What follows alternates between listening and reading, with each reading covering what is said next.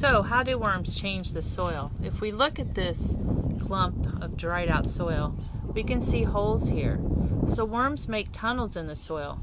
That helps with air and water getting into the soil, which in turn helps plants.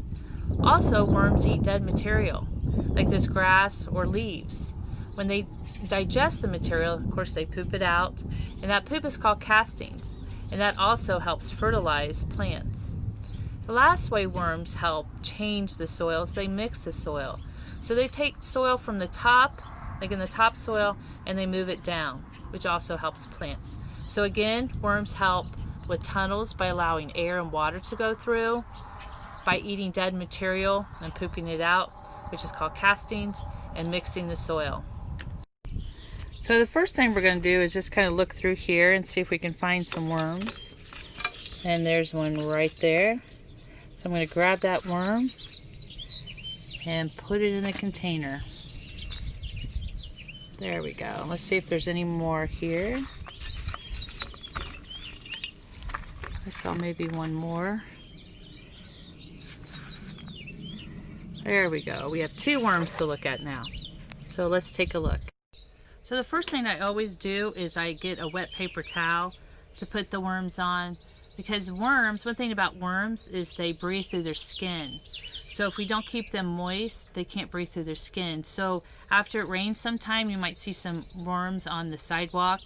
And if they can't find their way back home, back into the soil, then they dry out, and then they can't breathe. So it's really important that we want to be really nice to the worms that we're looking at. So if you go to our Soil and Water Conservation webpage, and you can get some more material off our website so you can do the worm activities. Here's one of the cards. So what we want to do is, by looking at the worm, we want to try to find its head, its tail, and the saddle. So let's take a look here. So we've got this worm right here. And by looking at it, kind of see the way it's moving. That's probably the head up here, and the saddle is that place right there in the middle. So if we take a look at this worm, we see how it stretches out. Worms have segments. Can you see all the segments on the worms? And worms have no eyes, so we don't see any eyes. And the other things that's really cool about worms is that they have 5 hearts. They can also eat their body weight in one day. So can you imagine? Let's say you weigh 100 pounds. That means you would be eating 100 pounds of food a day if you were a worm. So the next thing I'm going to do is I'm going to take one of these worms, and you can try this at home, and I'm going to put it in a box, and I'm going to see if the worm goes towards the dark part of the box. Worms do not have eyes, but they are sensitive to light.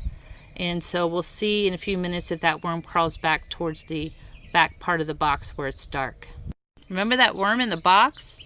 Well, it's way back here. So again, worms are sensitive to light, and it's moved back. So you don't have to be afraid to touch worms because they don't have any teeth. They also have 5 hearts. How cool is that? And then also remember, they're sensitive to light because they have no eyes. They also need to keep their skin moist because they breathe through their skin. So what I'm going to do now is I'm going to put these worms back where I found them. And if you found a worm, please put yours back and take care of it. And come back again to the Fayette Soil and Water Conservation page and next week, and we'll have some more activities for you. You have a great day.